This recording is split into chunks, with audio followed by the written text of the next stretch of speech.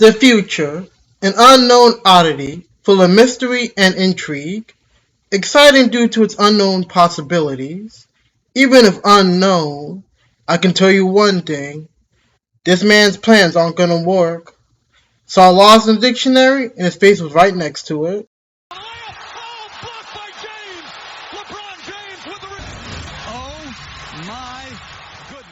So to no one's surprise, I'm here, back again, making another Miraculous Ladybug video. I mean, you guys just kept watching them. Either that, or I just have one really supportive, happy fan that likes watching my videos on repeat. Either way, thanks for watching. And one day, I'll be able to buy some bread and some name brand cereal. My last couple of videos have been Rakins, which is nice and all, but in the words of Meet the Robinsons movie, an animated, underrated movie, keep moving forward. So I'm going to do some crazy theory testing, which is what you did when you came to watch this video on your own. I mean, they say discussion sells, I guess. So in this video, I'll discuss two characters I think could be the next Shadow Moth in the future of the show.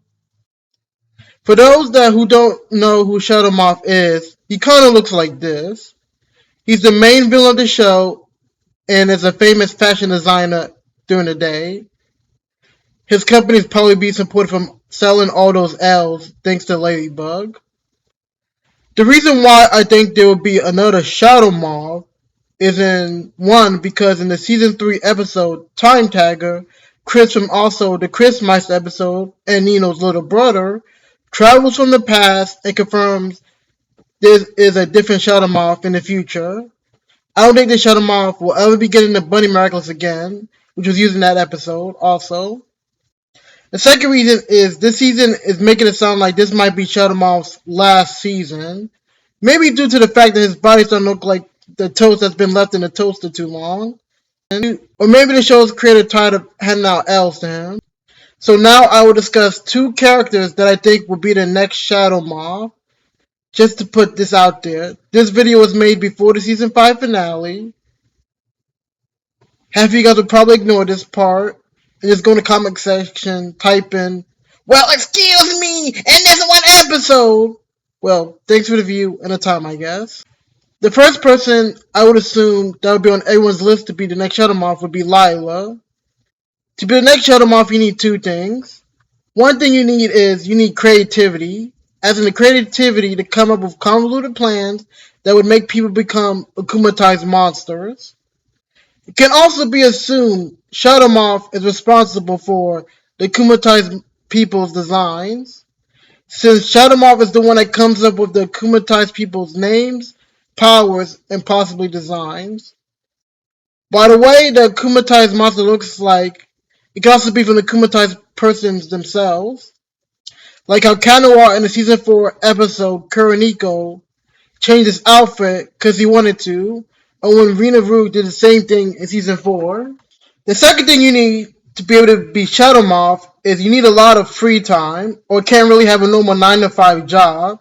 If you have a 9 to 5 job, you really need to have a job where you can work from home. For example, when Shadow Moth akumatizes people, he literally has to stop whatever he's doing, take time to search their feelings, where it pretty much looks like he's searching the cosmos on some Professor X Cerebrium type style. Like imagine if Lila had a 9 to 5 job in office and was Shadow Moth. Excuse me, boss. I'm taking my 12th bathroom break of the day so I can feed my high school rival. Like imagine she was a surgeon. Because his patient's gotta die so I can defeat my high school rival. Or probably a grown woman by this time. While ignoring the Hippocratic oath I took and endangering people in the city. Just straight irony. To each their own. I'm assuming Lala might become a model or content creator since there are multiple scenes in the show when she's doing model work with Adrian. Let's also be honest. Lila is a professional liar, which does not act their own jobs for that. I'm looking at you used car salesman. She's excellent at creating a character, which is perfect for content creation.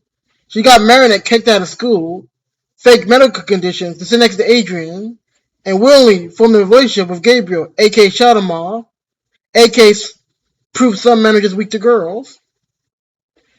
She got Chloe to work with her, and the only person Chloe liked was Adrian, and he hasn't been in school till this year, since he wasn't in the derivation episode of season 5, and has been noted to be homeschooled for most of his life. For the creativity part, which I also stated earlier, Lila is known to come up with these crazy and intricate plans and ability to keep up with them. As stated with the lies example, also, like, imagine if she used the powers for good, but then she wouldn't be in this lovely video and giving me content, and you guys wouldn't be getting this fun entertainment. As stated, she literally came up with a medical condition and could come up with a lot instantaneously when she got caught by Marionette or Ladybug when she was lying. You can see some of this when she was given the powers of the fake Miraculous by Shadow Moth and came up with illusions to trick Marionette and frame her as Ladybug for killing Cat Noir. She's literally the only person in the show that hates Ladybug more than Shadow Moth. Lila out here trying to prove that snitches get stitches on Ladybug for telling her to Adrian. If she does become Shadow Moth, she probably wouldn't use a butterfly like Shadow Moth, since it's been shown how the Kwame music can change the design. She might even change how people get akumatized. Maybe the butterfly gets sent as a Wi-Fi or text message to the phone, or maybe an outfit, such as a hat, since the object holding the butterfly needs to be destroyed. I also don't know why, but I imagine her wearing a power suit, such as what Natalie wears when she transforms into Shadow Moth. Instead of the purple lollipop design Shadow Moth uses, looking like a Doctor Doom reject. Also, F in the chat for Natalie. Season 5 looking like it might be her last season. Now who's going to tell Gabriel he's a bad father and remind us how Adrian's mom sounded like with those short videos. Not gonna lie, but if they do make her the next Shadow Moth, they're gonna have to make her dumber. If they really do make a new Shadow Moth, they're gonna want that person to stay Shadow Moth for some time. We just went at least 5 seasons of the last one. We don't know when he's getting replaced, so let's say at least 5 seasons. You need to be smart enough to come up with plans, but not necessarily good enough to the execution for it to work, or the occasional plot armor to get in the way when you actually have a good plan. Weird, but that's pretty much what's needed for the job. It's like how some people can be the speaker or figurehead for a club, but not necessarily good with planning or paperwork for the organization. We saw what happened when a small person comes in the Ladybug. Just see the damage Felix did in like 3 to 4 episodes. He literally came, got 3 people akumatized in 1 episode, and almost wrecked Adrian's life. They came back, figured out Shadow Moth's identity, his secret of keeping his wife in a hibernation cocoon, and then Felix then ends season 4 with doing what Shadow Moth couldn't do in 4 seasons, in 4 episodes, and took all the Miraculouses, Kwame's. Also, not to get dark or anything, I know this is a random tangent, but I guess this doesn't apply since Kwame magic is different. But Emily has been in the coma for a long time, like a couple of years at least. For those that didn't know, being in a coma for a long time can harm brain function. So there's a chance, but I assume it won't happen, is that when she wakes up, she might be paralyzed, for example. Definitely expect some muscle atrophy, because you don't know when those legs were last used.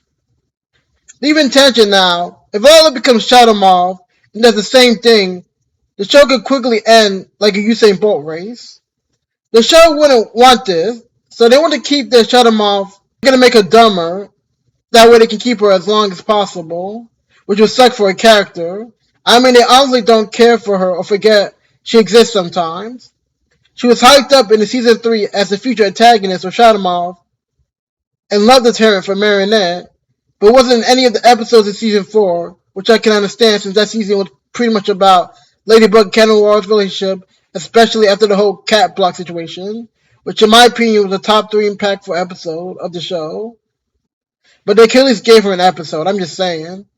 Also, shout out to Ms. Definition of Skeletons on the Closet, Lila. The second person that could definitely become the next Shadow Moth would be Chloe, aka the victim of the hate boner from the show's creator. This show has done literally everything in its way to make Chloe a villain and remind you of it every episode. She was a villain for all of the first season, and then they introduced her mom in the first season two-parter. You think, oh, Chloe's mom is trash and acts like Chloe. Chloe might be acting like this because she misses her mom and tries to be like her. Chloe was pretty much an anime pseudo minus the Bakas and Twin Tails. They just want us to be sympathetic. Chloe becomes Queen Bee and gets told off by her mom. She's trash on national TV. I'm not gonna lie, Chloe's mom, Audrey, shows that everyone needs to be a parent. Like, they're really trying to give Chloe a reason to be mean. Chloe's mom then was about to go back to New York, and it was literally Marinette of all people that and had to tell her how cool her daughter is by literally telling her how shitty she is to everyone else. Then cool, her mom is here now. Maybe Chloe was acting like that because of her mom, but now that she's here, she could get a redemption arc. Psych! All they needed was Isaac in the background to stop the OST for a better fake out. Oh my god. She just continues acting the same way. In some cases, worse than before. Ladybug, even though she messed up the first time, still let her be Queen Bee in the season 2 finale. And then season 3 and 4 happens. She was a villain in the season 3 finale in the second half. It's the only finale two-part in which Shadow Moth wasn't the direct villain. Chloe is such a villain when the writers will literally use her just because they need someone to kumatize and don't need a reason. Like, dang, we spent too much time on Marinette stalking Adrian and we need someone to kumatize in the next 2 minutes. Just use Chloe. And let's just say because her classmates did something without her. I'm not kidding. It's literally an episode of season 4. Sometimes she just wants to act so purposely bad just to get akumatized. Like, after property damage and mental scarring, I just don't like to play soccer. I'm not kidding. We literally had an episode in which Chloe hated soccer so much and didn't want to play in class that she asked for and welcomed an akumatization. She literally damaged the whole city and caused citywide destruction.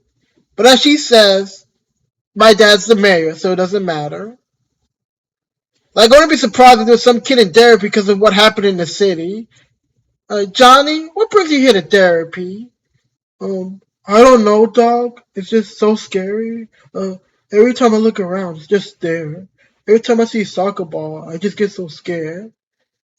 At least the episode we got to see all the other Kwamis all pop out and Avengers Assemble type of moment. And the episode you don't know what I'm talking about, it's the penalty episode, season 4. We just have so much evidence of her being a villain, and nothing's making it seem like it's going to change anytime soon. That hate bone is going pretty strong. Must have taken a blue chew. And speaking of blue chew, this video is brought to you by no one. But who knows? Maybe I'll be sponsored one day. She is such a villain, it would make sense for her to become the next Shadow Moth. Her and Sabrina can have the same type of main villain and assistant type of relationship as that Shadow Moth and Natalie have right now. The only problem they don't have the peacock, but it's been shown that Shadow Moth can kumatize Natalie to his benefits, so it's possible Chloe might do that when it comes to her assistant. For example, seen in the season 2 finale, when Shadow Moth akumatizes Natalie the Catalyst. The only problem with that is Chloe is really lazy and probably won't be able to keep the fact that she's Monarch's secret. She revealed that she was Queen Bee in the same episode she got the Queen Bee Kwame. Like, Sabrina had done her whole homework for her since she was in kindergarten, that I might add. She doesn't know what work is. I could imagine if she does become the next Shadow Moth, she's going to leave Planet Sabrina or her brother to do it. 2 heads are better than 1, I guess. She would probably have a wasp design when she transformed. I would also guess she addresses the people she kumatized as peasants, like, listen here, peasant! You've been granted this ability by me, and you should thank me.